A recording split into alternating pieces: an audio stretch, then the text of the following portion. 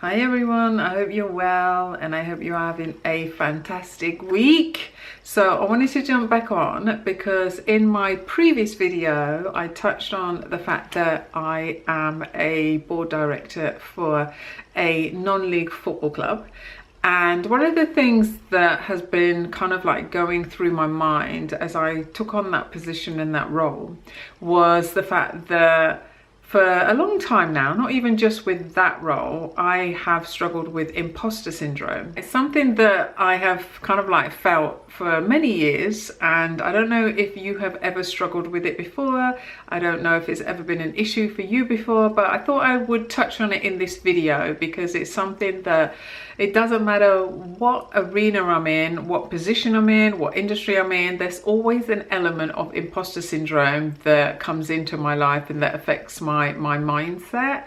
And I think with the role at Banbury United of being on the board and being positioned on the board as opposed to being, you know, doing something else in the club, so kind of like being positioned at the highest level to be one of the decision makers, to be one of the people that help the club run, and you know, making these big decisions, it's been quite a challenge for me. I'm not gonna lie, it's been quite a challenge because, you know, with imposter syndrome, you end up feeling like you don't belong there, you're not good enough to be there, you don't know enough to be there, and you're kind of questioning, why am I even here?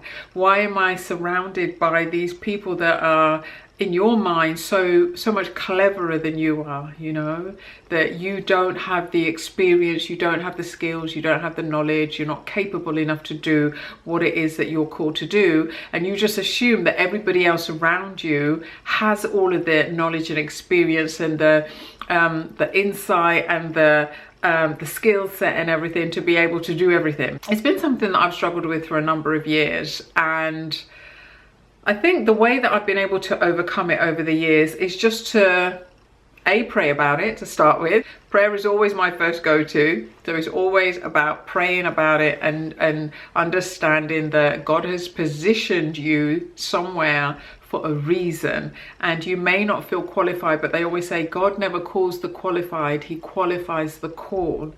So he will put you somewhere knowing that you feel like you're not capable and you're not able, because then you need to rely on him. You need him, and you need his strength and his wisdom, knowledge and understanding to be able to do what he is calling you to do. So it's about trusting in him and leaning not on your own understanding, and knowing that if when you partner with God, he will lead you and direct you and guide your path. And so first and foremost, that's the number one thing that I do, is I pray and I seek guidance and direction. Now I know in my specific area of football that, you know, anybody that knows me knows I'm a huge football fan. I'm a big Arsenal fan. That's my team, they're my boys, and I've been going to the Arsenal for a few years now. I used to work at Arsenal years and years ago, and so football is a no-brainer place, you know, to position me. And even when I look at my backstory of my life, of being born in Wembley, being brought up next to Wembley Stadium, we could hear the games being played. It was in my DNA from the off, you know, from the get-go. And I only found that out a few months ago, that we actually lived so close to Wembley Stadium. So so I think it's quite interesting how, you know, God is so strategic. So strategic.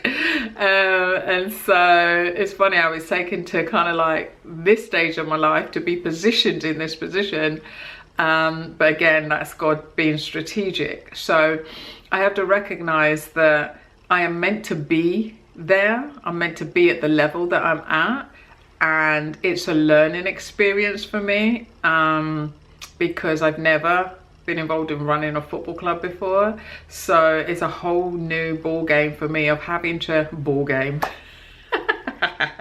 Did you catch that? sorry, I digress. It's a whole new ball game for me of having to learn all about how a football club is run. But when you're being positioned somewhere, it's not necessarily that you're being positioned to understand everything and the whole thing, and you know, you get overwhelmed because, you know, there is so much for you to know and to learn in order for you to grow and be where you're supposed to be. But we all have our own separate set of skill sets. We all have our own separate perspective on things. We all have our own separate way of viewing things, of doing things, etc. So I'm surrounded by, there are 5 other board members there, and they are phenomenal, absolutely phenomenal. They are brilliant at what they do. And I watch them run this club, and I'm like, oh my days. And it's an operational board, so we are actually doing the work. We're not doing just the strategic governance side of it.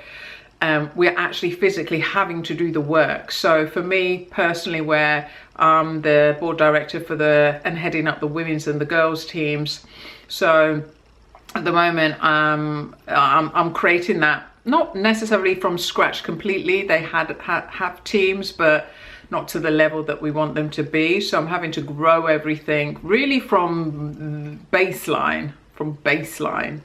And so with the social media and the whole kind of like branding and everything, having to do all of that. So when you see posts being put out, I'm pretty much creating the posts. It's stuff like that. So I'm actually doing all the video stuff and all the editing, and so actually physically doing the work. So it's a lot. It's like a full-time job. It's like a full-time job, and it's a voluntary role as well, not being paid for it. The club is a fan-owned club, and the majority of people at the club are volunteers, including the board members. So we're all putting in time, effort, really for free, you know. So so it's a lot. Yeah, it's a lot. And I think that some people would say, well, you're crazy to do it. And in some senses, sometimes I think they're right. Especially with the situation I'm in at the moment, where finances are so tough because of the women's home and everything else, that spending so much time and effort on something I'm getting no financial reward back from does seem crazy. But you just got to be more, you got to see the bigger picture, you know. When God does something and places you somewhere, he's doing it for a reason, and you may not see the outcome and the blessing from it yet, but it will come in time. So I believe I'm being positioned there to learn, and to learn the overall picture, to learn the overall viewpoint of running a club, to be connected to the people of Banbury, the club of Banbury. It could have been any other club anywhere else, but it's Banbury. And I feel blessed to be there, because the people on the board are amazing, just amazing, such wonderful people, and doing a wonderful job.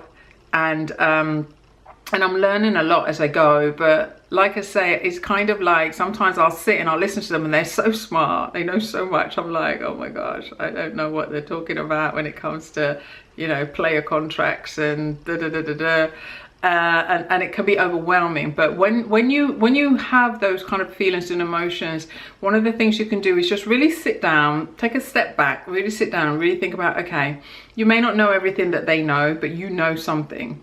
You know, you're positioned in a place for a reason because of the knowledge that you do have. So for instance, for me, I'm very good with people.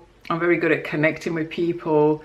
So things like sponsorship, just getting networking, things like that. I'm really good at stuff like that. I'm a real people person. But also like the online stuff with the social media and design and branding and all of that. I love things to look good, look professional. So, you know, I know how to create something that probably looks way bigger than what it actually is. And so it's staying in your lane, basically. It's understanding your skill set, where you're good, what you're good at, what you're called to do, and staying in your lane. Don't try and be all things to all people. Don't try and do everything and be like everybody else. If you don't know about something that someone knows about and you want to learn it, go and learn it, fine. But you're being positioned there for a reason, because you can't have a team of people and everybody's good at the same thing.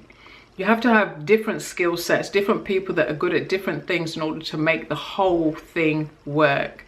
So when you start suffering with imposter syndrome, I just want you to just take a step back and look at the fact that you have skills that other people don't.